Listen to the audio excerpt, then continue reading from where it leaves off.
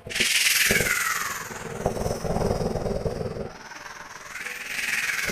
guys, ada pantun mengatakan begini. Haji Markum dompetnya jatuh. Cakep. Assalamualaikum warahmatullahi wabarakatuh. Ambil dompetnya, ambil. Dompetnya dulu ambil. Jatuh Haji Markum dompetnya.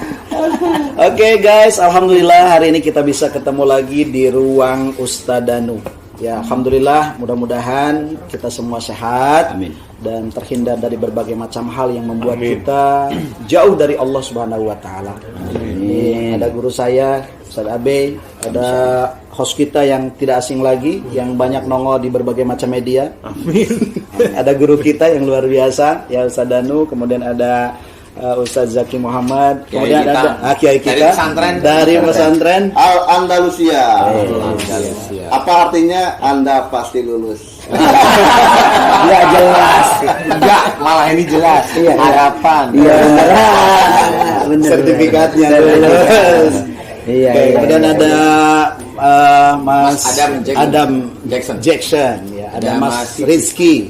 Ya, alhamdulillah. Kemudian ada Ibu Ustadz dan ada istri saya. Ini mas selalu ikut, selalu hadir. Soulmate. Ini mesantrennya di Siraman Kolbu. Jadi santri Siraman Kolbu. Iya, alhamdulillah Ustadz, saya mungkin ingin mengucapkan terima kasih karena di minggu lalu kita ketemu, kemudian banyak hal yang sudah di-sharingkan dalam forum ini, terutama yang berhubungan dengan wabah yang sekarang sedang menjangkit. Dan waktu itu istri saya yang merasakan apa yang mungkin saat ini menjadi perbincangan bersama bahwa corona itu begini dan dia merasakan. Nah, kemudian alhamdulillah Ustadz sudah membimbing istri saya untuk meminta maaf kepada suami, kemudian dibaiat untuk berjanji tidak akan marah lagi. Ikrar ya. Nah, kalau orang Makassar itu bukan marah, koro-koroan. Koro-koro. Apa artinya? Marah-marah. Koro-koro. Kayak kacang ya. Pantas jadi corona itu kemarahan kali ya. Oh iya, Bisa jadi. Nah, yang menemukan orang Makassar. Oh itu kontrol. Nah, kontrol lagi kan. Dikit-dikit kan. Tapi nggak enak kontrol. Soalnya nggak ada. Tapi Ustadz Asep, ngomongin corona ini menjadi sesuatu yang sangat luar biasa dan bisa mengganggu stabilitas dalam rumah tangga. Kenapa? Corona suami jarang pulang akan hilang kasih sayang. Corona suami jarang pulang karena itu karena ini gara-gara dompet jatuh gitu. Ini omelin Haji Markum mulu. Pokoknya emang ada berapa Ustaz? Atau nggak bisa habis? pokoknya 86 lah. Nah, jadi seperti itu saja. Ingin mengucapkan terima kasih. Alhamdulillah istri saya sekarang sudah tidak merasakan lagi yang kayak dulu ya, yang lebih apa namanya sangat sesek udah hilang sekarang. Perutnya sakit, buang-buang air. Udah sekarang udah enggak. Hanya mungkin suhunya berapa? Tadi itu 3. Oh, alhamdulillah ya. Ya, 3. Padahal kemarin 38. Mungkin 38-an ya seperti itu. Jadi meningkat ya. Ya, kalau saldo menurun apa meningkat? Nah, Insya Allah stabil. itu Mengurang dikit-dikit. itu nanti Ustadz Abe lah yang nambah supaya nambah lagi. Tapi kalau ngomongin suhu, ada yang menyenangkan, ada yang menakutkan. Nah, saya bisa menghormati. Saya kalau ketemu suhu, ini gara-gara dompet lagi aja baru. Oke, itu Ustaz mungkin ya terima kasih, mudah-mudahan ini menjadi amal soleh yang luar biasa buat Ustaz dan keluarga. Dan mungkin barangkali pada kesempatan vlog kita kali ini Ustaz juga ada pesan buat kami ya, supaya kami menambah ketakwaan kepada Allah dan juga mungkin hanya kami semua yang menyaksikan. Ya, amin ya rabbal alamin. Ya alhamdulillah sama-sama Ustaz Asep. Kemarin itu udah muncul vlog dari ruang Ustadz Danu dari kami ini. Memang kemarin diindikasi Bunda Sari istri Ustadz Asep ini diindikasi terkena corona, udah nggak karu-karuan. Kayaknya sebelum ketemu sama saya kayaknya Bunda Sari nulis statusnya tentang kematiannya. Bener. Nggak sadar waktu itu. Begitu guys. Tapi nanti saya akan coba ngorek. Kenapa saya tahu?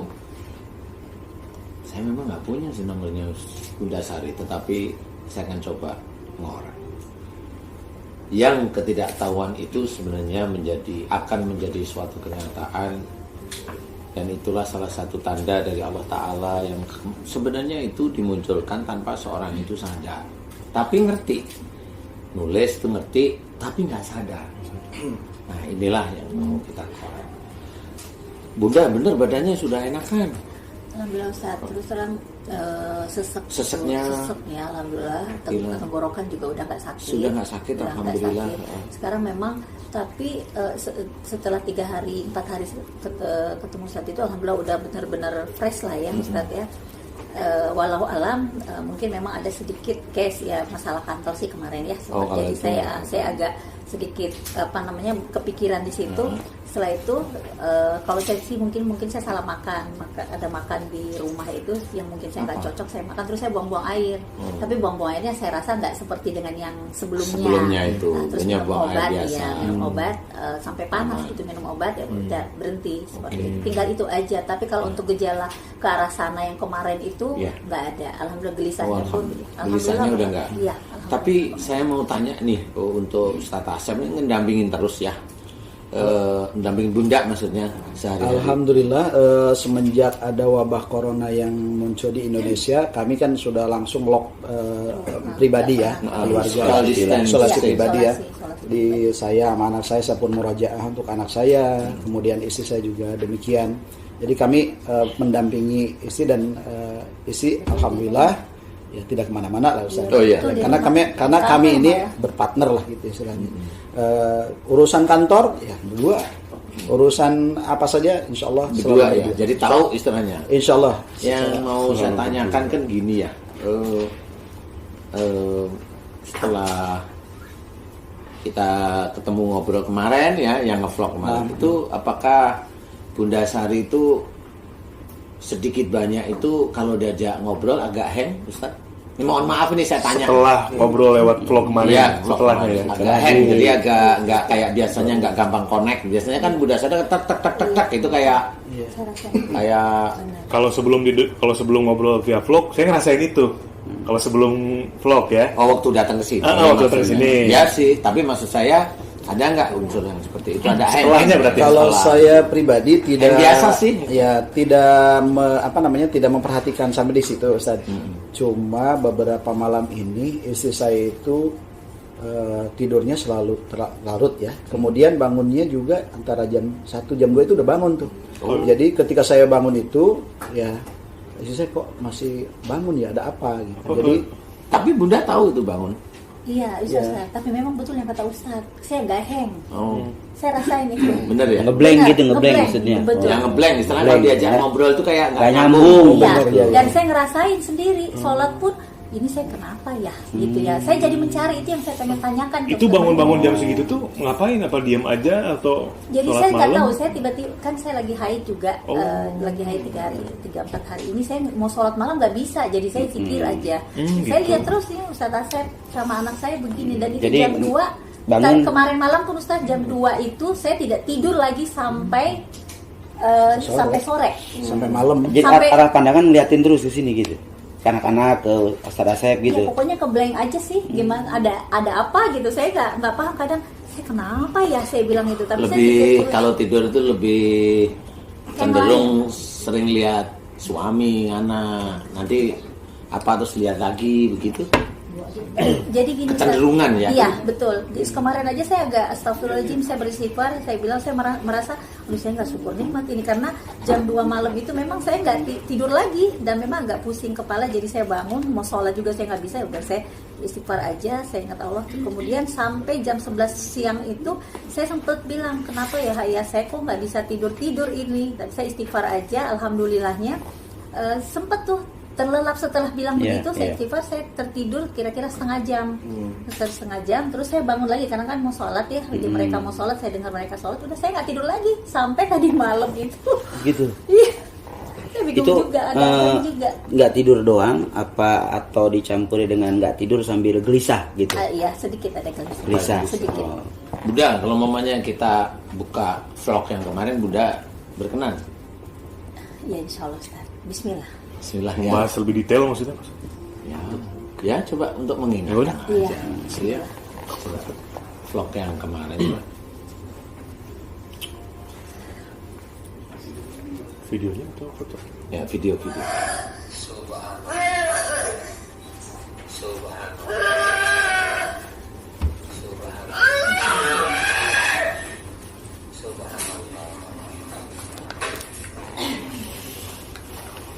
Ampun ya Allah, ampun dosa-dosaku ya Allah, ampun ya Allah, ampun ya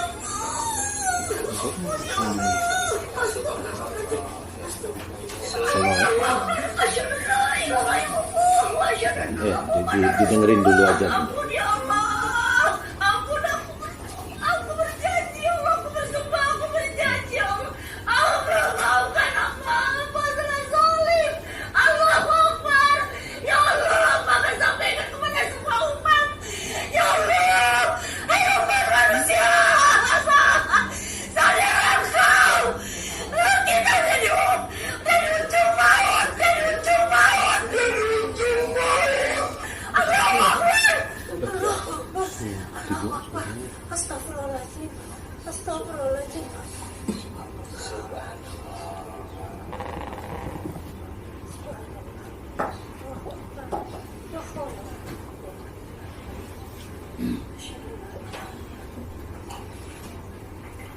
Bunda masih ingat kira-kira kurang lebihnya? Ingat Ustaz. Ingat ya. Yang mau saya tanyakan,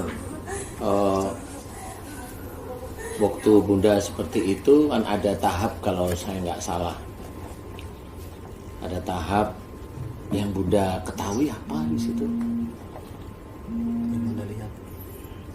Waktu seperti Keadaan tercekik kayak itu tadi.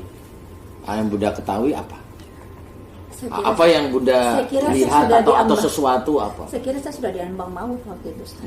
Terus yang Saya- ketahui Yang saya ketahui, jadi saya udah pasrah. Jadi pada saat itu pun kalau memang engkau mengambil aku ya Allah, aku pasrah.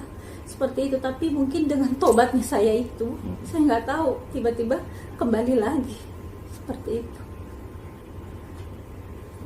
Itu yang saya ingat. Setelah itu ada seperti apa saya bilang? Seperti bukan, saya nggak tahu itu malaikat atau apa, Ya, sinar. itu dianggap aja sinar. Seperti mengangkat saya, seperti itu mengangkat saya, tapi kenapa hilang ininya saya, sakitnya saya yang saya rasa. Kemudian itu saya melihat, saya nggak tahu siapa yang menyampaikan itu, tapi dia katakan bahwasanya kita disuruh semua umat Ustaz, ya bukan cuma muslim aja, semua umat bertaubat Kembali pada kepada tauhid, Allah. kembali pada Allah. Iya. Jadi sebenarnya itu yang salah satunya disampaikan dari wabah corona itu adalah kenapa Allah menurunkan ini, sebenarnya mengajak semua manusia untuk kembali pada Allah. Sebenarnya yang muslim lebih tekun, jangan sombong, titipan ilmu dari Allah Ta'ala, nggak usah dibangga-banggain. Yang belum muslim kembalilah, karena ini menurut saya sih ini hanya pertanda akhir zaman aja. Karena titik itu sebenarnya menurut saya ya, ini pengalaman saya pribadi aja, memang Bunda kayaknya sudah hampir selesai. Saya diem, Bunda hampir selesai. Cuma saya memang tegang kemarin. Saya cuma doa jangan di sini. Barangkali nanti ada sesuatu yang bisa saya sampaikan. Jangan di sini karena waktunya mepet, saya belum ada menyampaikan sesuatu, khususnya pada Bunda, khususnya pada Ustadz Asep. Memang tapi ada sesuatu dari Allah Ta'ala yang memang itu hak prerogatif Allah ya menurut saya ya. Pada waktu Bunda, ampuni aku ya Allah, ampuni aku ya Allah, aku tidak akan berbuat dolim lagi. Nah di titik itulah dikembalikan. Makanya saya mencoba untuk mengingatkan hati-hati dengan sumpah. Maksudnya hati-hati itu boleh bersumpah seperti itu, boleh-boleh aja, tetapi harus benar-benar dijalankan. Istiqomah. Tetap harus dijalankan. Jadi mulai dari bicara itu ditata, berpikir itu ditata. Karena kalau sudah berbicara aku tidak berbuat kedoliman lagi, berarti ini yang dulunya dolim itu penuh, itu harus benar-benar dikurangi. Sangat dikurangi, kecuali khilaf-khilaf kecil. Itu mudah-mudahan itu bisa menjadi ampunan dari Allah Ta'ala. Termasuk yang emosional, Bunda terhadap Ustadz Asep, kemudian ego Bunda terhadap Ustadz Asep, kemudian mau menang sendirinya, itu kan kuat sekali, lekat ya, benar sendirinya itu lekat sekali. Nah itu kedoliman sebenarnya. Kemudian ada juga kesombongan. Nah ini harus belajar beneran. Jadi saya akan coba untuk, tapi kalau saya lebih dalam lagi kira-kira mau nggak mendengarkan saya? Insya Allah itu kebaikan. Demi kebaikan. Tapi kayaknya nggak bisa dikonsumsi publik. Boleh? Boleh? Boleh? Boleh. Tapi sebelum ke arah sana saya mau tanya dulu. Boleh. Mas Kiai. Ustaz, ya. Dalam rumah, dalam sumur ini. Gimana? Dalam rumah apa dalam sumur? Kedalamannya gitu maksudnya. Maksudnya apa nih? Dalam rumah? Hanya untuk menghibur, supaya nggak tegang jamaah semua. Ustaz mah. Ustaz. Iya. Boleh. Jadi kan tadi Pak Kiai menyampaikan bahwasannya mungkin akan disampaikan lebih mendalam kepada Ustaz Asep. Enggak sih, ini untuk kita. Tapi untuk vlog ini saya minta maaf nih teman-teman, para subscriber. Ini memang kayaknya saya belum bisa cerita karena ini sangat dalam sekali. Saya takut ada fitnah. Jadi sementara ini nggak ditutup, tetapi di-cut sebentar aja. Nanti akan dilanjutkan. Mohon maaf ya guys, belum ditutup. Sebentar. Begitu Ustaz Asep. Saya sebelumnya minta maaf. Saya harus sampaikan karena bagaimanapun juga Ustadz adalah saudara saya. Semua yang hadir ini saya anggap saudara.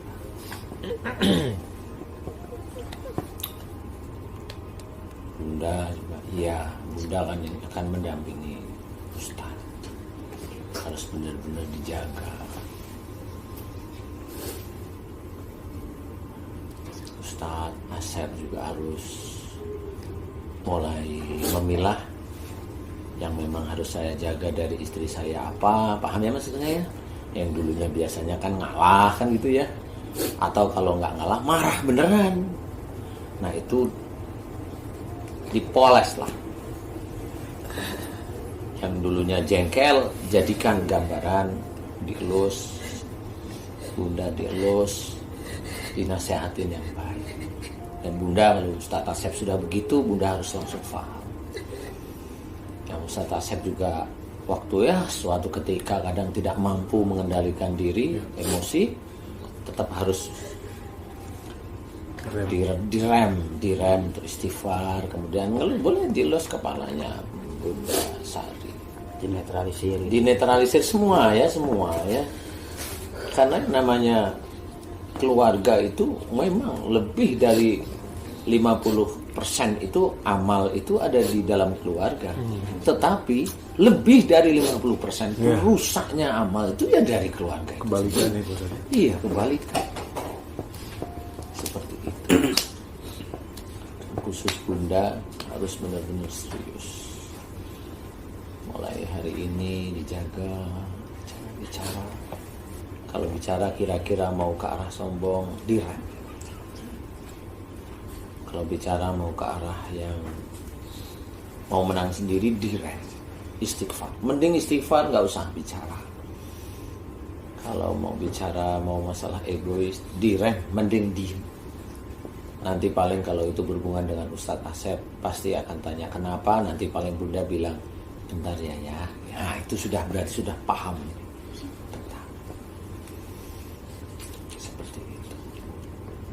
Karena memang itu yang harus saya sampaikan.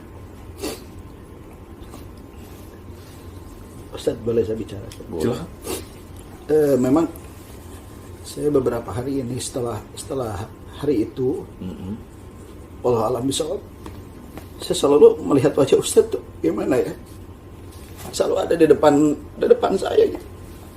Saya bilang ada apa, dan saya selalu mengingat apa yang Ustaz sampaikan pada saat kita mau berpisah dari sini. Kadang-kadang kabar-kabari saya, dan sampai hari ini saya belum bisa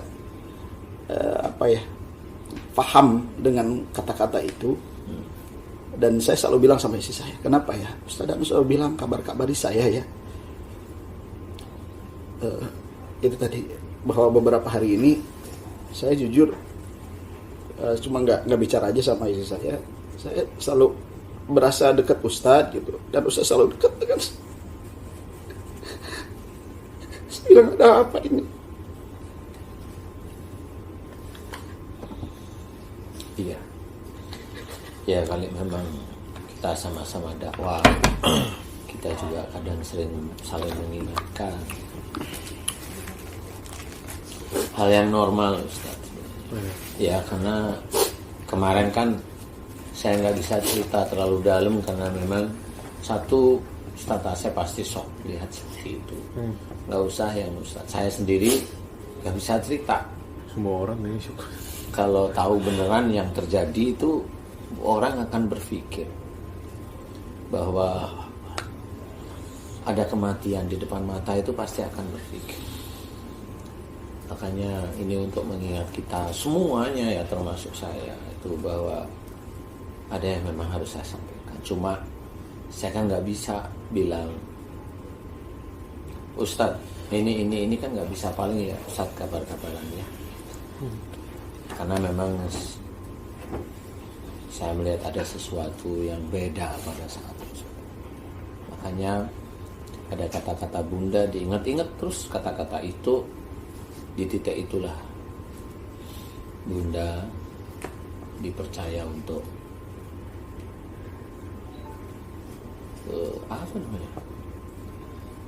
untuk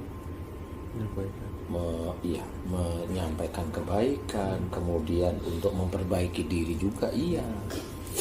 Kemudian banyaklah yang menurut saya Allah bisa menyampaikan lewat siapa saja. Lewat Bunda, kemudian masuk dalam video ini ditonton oleh banyak orang, iya, jadi pengetahuan untuk semuanya sebenarnya.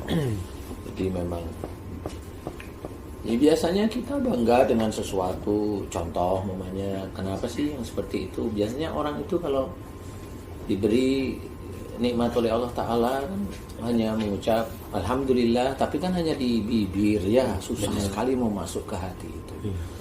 Makanya saya mengajak untuk cobalah ucapkan Inna lillahi wa inna ilaihi raji'un. Karena itu kita langsung ingat bahwa semua nikmat yang kita terima itu memang milik Allah. Sehingga kita itu mudah-mudahan tidak sempat mau membanggakan, sebenarnya nggak sempat mau membanggakan ya titipan-titipan Allah itu sendiri. Itu jarang dan banyak saudara-saudara kita, termasuk kita barangkali itu masih seperti itu. Ayo kita coba, karena memang paling sulit. Kita diizinkan dakwah oleh Allah Ta'ala, kadang-kadang kita itu masih ada pamer di sana, pamer di sini, sehingga kita lupa bahwa kita dakwah nggak cuma hanya menyebarkan ilmu baik, ilmu syariah, tapi kita sendiri dituntut untuk mengamalkan juga. Jadi nggak bisa hanya sekedar lisan. Enggak. Nah itu memang berat. Dan saat ini memang Allah menurunkan corona ya seperti itu salah satunya. Tapi masih aja nanti, saya yakin kok nanti orang banyak yang tidak paham. Turun ini nanti tidak paham, banyak orang yang tidak paham. Nanti corona ini diselesaikan sama Allah. Nah ini saya cerita, diselesaikan sama Allah. Bukan karena hebatnya manusia, diselesaikan oleh Allah Ta'ala. Karena Allah aja ingin selesai. Ya. Nanti manusia pada senang, pada bangga, pada merasa hebat dengan apa yang dilakukan. Nanti kita lihat. Insya Allah seperti itu, itulah manusia. Nah itu yang nanti Allah akan melihat. Nah benar. Jadi dia tidak tahu bahwa semua yang terjadi itu sebenarnya atas izin Allah. Siapa yang mau mengendalikan virus? Ya Allah yang punya. Mau disinfektan, mau hand sanitizer, enggak. Itu hanya mencoba mencegah. Ya. Orang-orang yang terkena itu orang-orang kaya-kaya itu rumahnya bersih-bersih. Bisa sehari itu dipel 5 kali. Ya. Medisnya luar biasa. Ya, medisnya luar biasa. Bajunya itu dicuci sehari bisa 2 kali. Satu dicuci rumah, yang kedua dicuci di rumah yang lain. Asik. Dengan ibu rumah tangga yang berbeda. Barangkali ya. Mohon maaf. Mungkin juga karena kan mungkin banyak yang kurang ibadah. Dengan begini kan sering di rumah akhirnya menjalankan ibadah dengan khusyuk. Boleh sih, ya. Ya mudah-mudahan itu sisi baiknya, sisi positifnya. Benar sih, Mas Adam. Sehingga itu beribadah. Tapi nanti kalau sudah selesai, sama seperti kita di bulan Ramadan. Selesai Ramadan, biasa aja lagi. Momentum. 11 tahun, 11 bulan, hanya satu. Hanya satu. Tapi serem kalau misalkan setiap Allah menginginkan kita untuk kembali kepada Allah, kemudian harus dengan cara ini, serem juga maksudnya. Ya harus dengan ada wabah seperti ini dulu gitu baru gitu kan. Kalau saya melihatnya begini. Siapa yang akan memperlihatkan kehancuran manusia atau bumi? Kalau Bunda tadi cerita, ini umat manusia nggak cuma Muslim, jelas sekali. Dan kalau momennya, maaf ya Bunda ya, apa sih? Toro ya. Oh, handphone ya bro. Jadi ini mohon maaf nih, saya nggak ngecengin Bunda nih. Tapi umpamanya kalau kita mau nyantai, tapi bisa terjawab nyantai, itu kan gini. Kenapa itu bisa lewat Bunda? Kok bisa ngomong semua manusia nanti ini disuruh kembali ke jalan Allah? Pertanyaan saya ini, maaf ya Bunda, maaf ya Ustadz ya. Bunda itu siapa sih kok ngomong begitu? Gitu, maksud saya itu gitu. Tapi kan yang namanya petunjuk Allah itu kan mau lewat siapa aja kan bisa. Mau lewat dia seorang ustadz yang hebat, boleh. Mau lewat dia seorang tukang ojek, bisa. Mau lewat dagang bakso, bisa. Mau lewat apa aja bisa. Kalau kita mau mendengarkan. Dari sini memang yang kemarin saya juga tidak tahu. Saya itu hanya cuma mau membantu Bunda Sari itu menyelesaikan masalah terindikasi coronanya, hanya itu. Saya nggak pernah punya pikiran apa-apa. Yang biasanya teman-teman yang lain sebelumnya ada sama Mbak Devi, Riko, Kak Sobri, kemarin kan pernah kan Sanwar, saya juga kan termasuk anak saya sendiri. Iya benar Mbak itu terindikasi. Termasuk yang saya tangani sendiri. Dokter-dokter yang saya tangani, alhamdulillah selesai. Enggak seperti itu reaksinya. Enggak. Iya makanya. Tapi waktu para dokter melihat Bunda, beliau ngomong, ini jelas langsung. Ini corona. Oh, gitu. Langsung bilang ini corona. Oh gitu. Iya. Terus dilihat sampai selesai. Loh, kok malah nyaman? Nah, baru setelah cerita, loh bener ya, alhamdulillah diberi kesembuhan sama Allah. Nah, baru paham. Oh, mereka yang melihat. Ada teman dokter yang lihat video itu kemarin. Iya, langsung. Ini corona. Karena dia nangani corona. Tahu jadi dia. Gejala-gejalanya paham. Saya juga, hati saya juga mengatakan itu, Ustaz. Mengatakan itu corona. Walaupun teman-teman tanda kutip, maaf ya Ustaz, saya nggak apa-apa sampaikan.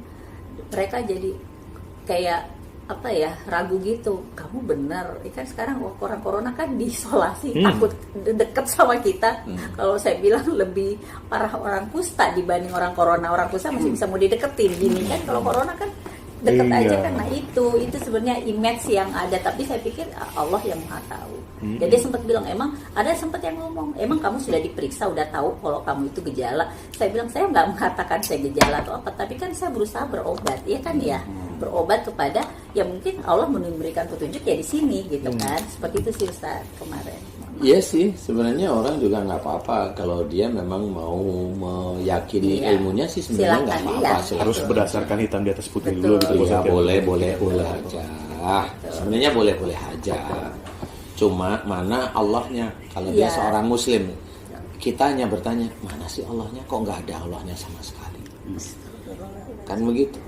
Kalau dia seorang Muslim, mana sih Allahnya? Wong yang punya virus itu Allah kok.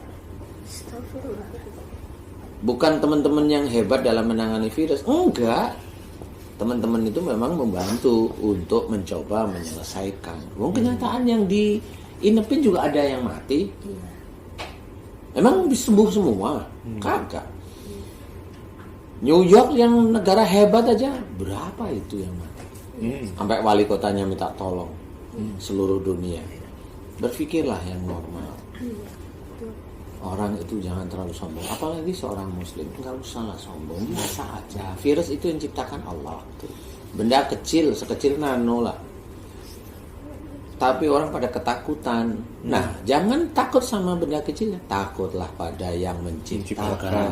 Allah subhanahu wa ta'ala. Sebenarnya ke arah sana. Makanya virus itu yang jalanin siapa? Ya para malaikat Allah yang memang dia disuruh oleh Allah Ta'ala untuk masuk ke orang-orang itu. Lah orang itu ada yang kena, ada yang sembuh, ada yang mati. Lah itu udah qadarullahnya dia. Betul, Allah menginginkan dia mati. Kenapa mati? Kenapa ada yang mati, ada yang sembuh? Nah kan coba kalau kita berpikir. Kalau yang mati dia nggak banyak dosa, yang sembuh banyak dosanya gitu. Enggak tahu gitu. Belum tentu juga. Belum tentu yang seperti itu. Ke Nggak bisa. Itu kan permainan kita aja. Permainan akal kita manusia. Nggak bisa. Jadi yang kita harus ketahui adalah kita harus senantiasa berhati-hati.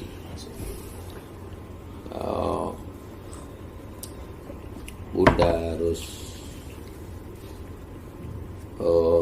mencoba dijaga ibadah, perilaku, akhlak, semuanya dijaga. Kalau mau melakukan atau bicara atau berpikir yang mulai melenceng, coba banyak istighfar, mohon ampun, karena itu yang akan membantu Allah menurunkan petunjuk. Nggak usah ke Bunda semuanya, termasuk saya juga. Petunjuk itu susah didapat, tapi sebenarnya kalau kita sudah berpikir, petunjuk itu ada di sekeliling kita kok sebenarnya. Nggak jauh-jauh, karena kita manusia itu lemah. Jadi kalau petunjuk di Indonesia itu negara Cina, ya enggak, petunjuk kita ya di dekat-dekat sini aja sebenarnya.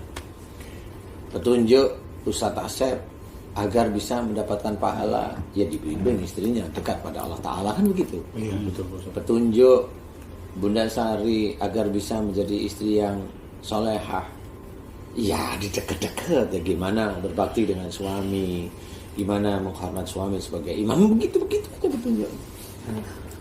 Nggak akan kemana. Ustaz, saya boleh tanya satu lagi? Ketika kita itu mau mengarah ke yang lebih baik, dalam arti bisa mengontrol hawa nafsu, ngerem dan lain sebagainya ya Pak Ustaz ya. Ketika kita menyadari bahwa musibah apa saja yang menimpa kita itu salah satunya diakibatkan dari buah tangan kita sendiri, gitu ya. Kemudian kita berusaha untuk ngerem. Nah, biasanya kan kalau kita melakukan kesalahan, kehilafan sama enggak, itu kan nggak ada indikasi yang bisa kita rasakan nih Pak Ustaz. Kelihatan ya. Seumpama orang itu sudah berubah ke arah yang lebih baik lillahi ta'ala karena Allah dengan si iman, kemudian si ketakwaan. Akhirnya orang itu melakukan kesalahan, kemudian Allah tunjukkan lewat salah satu musibah misalkan gitu ya Pak Ustaz, yang Pak Ustadz sering bicarakan secara akhlak, misalkan emosional dalam pekerjaan, tangan kanan sakit. Itu ketika kita merasakan, itu ketika kita sudah mendekatkan diri kepada Allah, boleh nggak kita menganggap ini sebagai indikasi bahwa kita berbuat salah? Boleh. Boleh Pak Ustadz ya? Boleh. Itu lebih bagus daripada nyala-nyalain asam urat. Iya. Itu asam urat tuh yang bikin siapa? Ya kita sendiri. Matanya, iya. Wong itu kan makanan yang diolah oleh kita, ini sendiri ya oleh kita. Ya, memang nggak ada kalau yang kita makan itu makanan yang halal, thayyib. Lah ngapain kita salah-salahin? Oke. Berarti mudah-mudahan kita bisa apa istilahnya cara mengetahui salah satunya kita sudah berusaha untuk meningkatkan iman takwa itu lewat itu bisa Itu ya? bisa. Oke. Memang lewat itulah cara Allah. Karena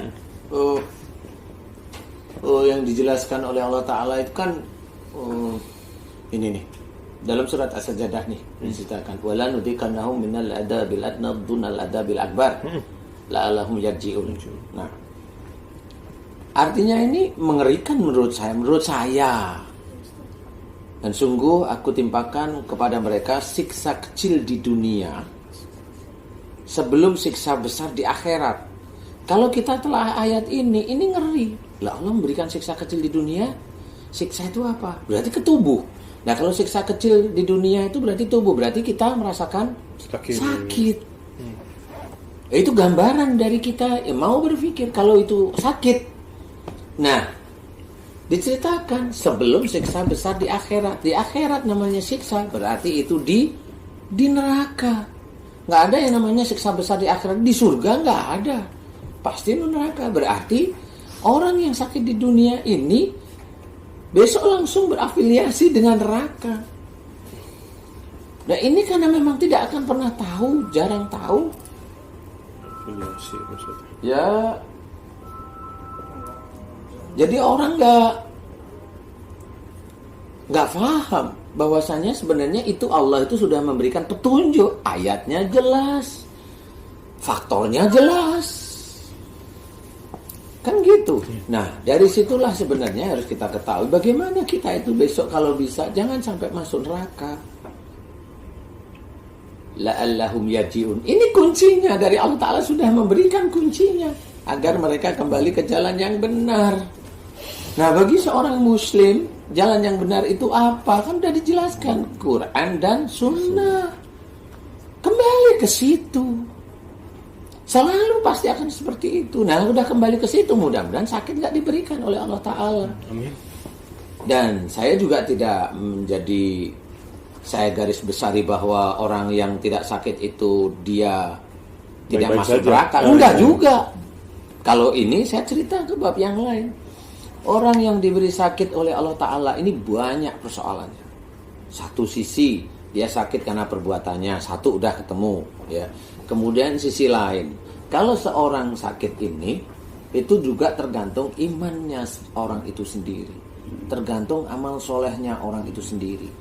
Semakin imannya bagus, amal solehnya bagus, saya anggap kalau dosa itu tetesan air, mangkoknya ini mangkok dosa. Kalau iman seseorang bagus, mangkok yang nangkep air dosa ini, karena dosa dia melakukan marah, marah lagi, selama dia marah, kalau mangkoknya besar, amal solehnya kurang, imannya kurang, dia mangkoknya semakin besar. Ini air ini kan nggak pernah penuh, jadi dia nggak sakit. Jadi pada waktu seorang sakit itu airnya tumpah. Nah itu yang saya amati. Sehingga pada waktu tumpah orang ini sebenarnya harusnya dikasih peringatan sama Allah. Itu petunjuk Allah. Sehingga dia sakit. Nah kalau orang-orang yang takwa kepada Allah Ta'ala, semakin dia imannya kuat, semakin amal solehnya kuat, mangkok dosanya itu semakin kecil. Jadi kalau dia berbuat salah, dia beberapa kali berbuat salah, dia langsung sakit karena penuh mangkoknya. Karena saking kecilnya, bisa aja mangkoknya itu bukannya begini, tapi malah begini. Sehingga pada waktu netes dia langsung sakit. Dan itu ada, saya pernah nemuin orang seperti itu. Jadi dia melakukan kesalahan sekarang, dia langsung beberapa jam jam itu langsung. Itu otomatis. Baik di hati ataupun diucapkan. Iya, itu seorang kiai saya pernah kenal. Nah, Ini menurut saya inilah gambaran. Jadi semakin amal soleh, iman seseorang itu kuat, semakin mangkok dosanya kecil. Jadi kalau dia melakukan kesalahan itu gampang penuh dan gampang tumpah. Kalau sudah tumpah, itulah petunjuk sakit dari Allah Ta'ala agar kembali ke jalan yang benar. Saya tuh sering banget sakit tanpa sebab. Mana ada sakit tanpa sebab ini? Gak tahu Pak Ustadz. Makanya saya tadi itu jadi obrolan dari Bunda itu tadi saya tanyain ke Pak Ustadz, boleh nggak kalau saya mungkin melihat itu sebagai mungkin ini petunjuk gitu. Boleh gitu. Itu tinggal seorang aja tahu nggak itu petunjuk. Kalau mamanya maaf nih ya. Mamanya Mas Bobby sakit nih. Semuanya orang nih sakit di tangan. Ya, sakit tiba-tiba tangan. aja gitu. Tiba-tiba. Kalau di sini.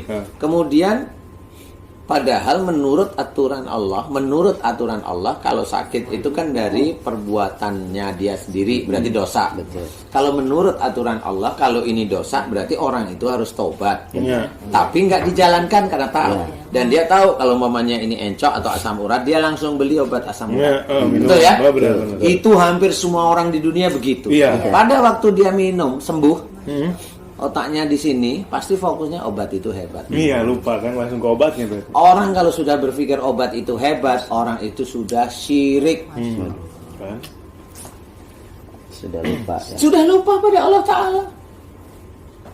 Nah, di sini sebenarnya harus kita ketahui. Tauhid itu seperti itu. Tipis saja. Gak ngerti. Gitu. Itu kan sama aja, obat itu kan permainan dunia. Umpamanya ada ngomong, kan kita ikhtiar, boleh. Ya, saya bilang boleh. Tapi tahukah bahwa sakit itu dari perilakumu? Nah, pada waktu dia bilang ikhtiar, dia nggak mau nerima sakit itu dari perilaku. Nah, berarti ikhtiarnya dia hanya pura-pura dia itu beriman kepada Allah Ta'ala. Menutupi kesombongan. Nah, kan gitu kelihatan sebenarnya orang itu. Oh, ini sombong. Dia hanya pura-pura beriman. Tidak pengakuan pun sombong. Gayanya kan dia, lu kan harus ikhtiar. Boleh, saya jawab. Tapi tahu nggak kamu sakit ini? Dasarnya apa? Jelas dalilnya dari ayat Quran. Nah, dia nggak mau nerima. Oh enggak, karena dia merasa benar, merasa itu yang salah. Gitu. Nah, orang-orang seperti itu nanti taunya dia, kalau sudah nggak bisa dinasehatin dengan baik, dengan petunjuk Allah, dia tidak bisa, tahunya di akhirat. Kalau sudah di akhirat, mana bisa kembali ke dunia? Terlambat ya Pak. Sudah nggak bisa. Kalau Bunda tadi, nah ini masih diusahakan sebenarnya, masih bisa diusahakan, terus berusaha. Tapi kalau orang yang begitu, dia memang tidak tiba-tiba aja langsung sakit. Walaupun dia matinya tidak sakit, tapi dosanya banyak. Mana dia tahu? Dia merasa hebat karena dia pejabat, sering kali dia marah sama anak buahnya. Kan nggak boleh juga. Mulutnya kan nggak dijaga dia. Di akhirat bertanggung jawab besok mulutnya. Dia merasa nih, momennya pada waktu nge-zoom. Sekarang itu kan pakai Zoom nih. Apa namanya? Di kantor kan pakai Zoom. Ini pakai Zoom nih. Nah, itu bisa aja nanti antara direksi atau GM, ini ada dirut yang dulunya kalau ngezoom antara GM dengan anak buahnya dia diem, dengerin omongan anak buahnya, direkam. Tapi pada waktu dirut ikut ngezoom, woi GM-nya yang paling banyak ngomong. Itu apa? Walaupun dia seorang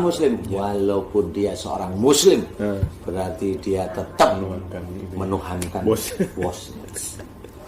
Berarti kemarin tuh dia ngomong tuh hanya ingin mendengarkan omongan anak buahnya dan dipakai. Kenapa saya bisa ngomong seperti itu? Ya kan murid-murid saya banyak yang kerja di BUMN di sini kan banyak jadi cerita begitu. Emang begitulah manusia. Ukurannya sampai situ saja. Iya, itu ukuran sehari-hari. Walaupun dia sholat, saya dengar bacaannya juga bagus. Kan beda ya nih. Iya. Tapi dia masih seperti, itulah manusia. Masih menuhankan jabatannya dia, masih takut untuk disalahkan, masih takut dia langsung nggak jadi GM kali. nggak jadi manajer kali, nggak jadi ini, sama aja. Nah, disinilah harus kita ketahui. Ayo kita harus benar-benar berubah.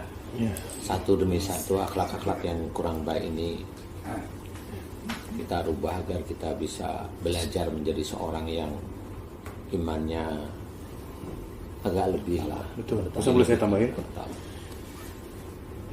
Kita tidak pernah tahu kadar keimanan kita seperti apa, karena hanya Allah yang tahu ya Pak Ustadz ya. Iya, di balik segala kekurangan kita gitu ya. Namun perlu digarisbawahi bahwa ketika kita mengalami sakit pada diri kita dan kita kembalikan kepada Allah melalui akhlak kita gitu Pak Ustadz, itu rasanya subhanallah lebih nikmat, lebih tenang. Kalau minum obat kan hilang sakit, selesai lah udah ya, nggak ada. Tapi kalau kita sakit di sini, kita langsung mohon ampun sama Allah tuh dari sini terus berkurang gitu, dan kita apa ya gitulah Pak Ustadz, pokoknya itu menurut saya itu lebih menenangkan. Bang Bobi, lebih mujarab. Salaman dulu. Apa nih? Itu baru saya mau ngomongin Bang Bobi. Benar. Waduh.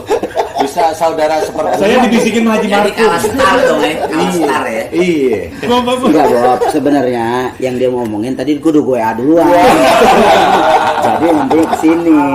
Gitu. Di hatiku udah kayak gitu. Oke, saya akan ngajak ikrar Bunda. Bunda, karena ada sesuatu yang tadi pada waktu off-nya vlog kita, saya mau ngajak ikrar Bunda sekali lagi untuk pengingat. Nggak kemana-mana sih, saya hanya sebagai saksi aja. Bunda Sari, mulai hari ini, karena Allah Ta'ala,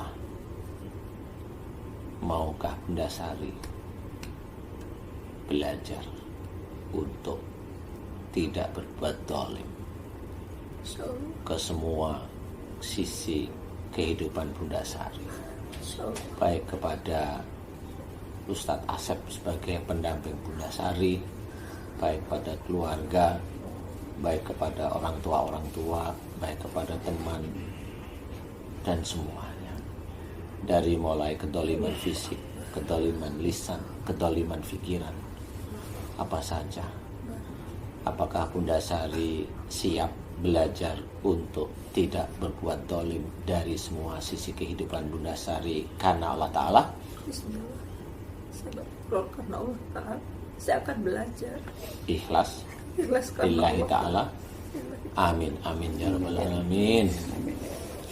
Ya Allah, aku mohon kepada, terimalah ikrarnya Bunda Sari.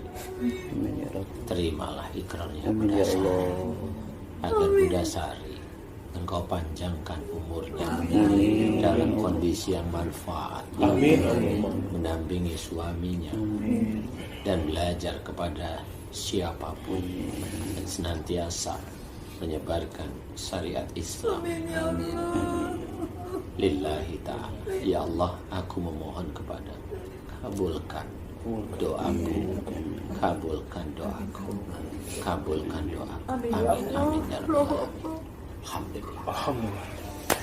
Astaghfirullah Rabbal baraya, astaghfirullah minal khataya, astaghfirullah Rabbal baraya, astaghfirullah minal khataya, astaghfirullah Rabbal baraya, astaghfirullah minal khataya. Terima kasih. Silahkan. Guys, teman-teman,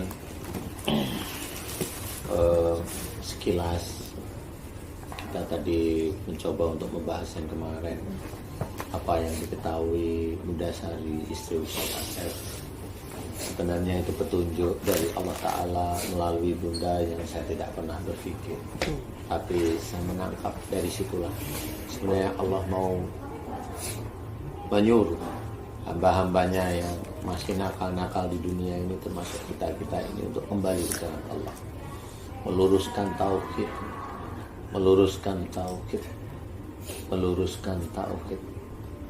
kesalahan demi kesalahan yang kita lakukan dulu, ayo kita mohon ampun, karena waktu kita tidak lama, bentar lagi juga akhir zaman.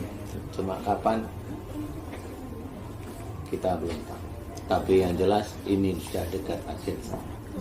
Ayo benar-benar kita kembalikan niat kita karena Allah, sholat ibadah kita karena Allah, hidup kita dan mati kita pun kita susun hanya lillahi ta'ala. Mudah-mudahan ini bisa menjadikan pelajaran bagi kita semua. Amin. Begitu guys, teman-teman, mudah-mudahan manfaat. Amin. Mudah-mudahan bisa membuka hati kita semuanya. Amin ya rabbal alamin. Assalamualaikum. Waalaikumsalam. Udah. Pak Ustadz Danu pergi sama Mbak Wulan.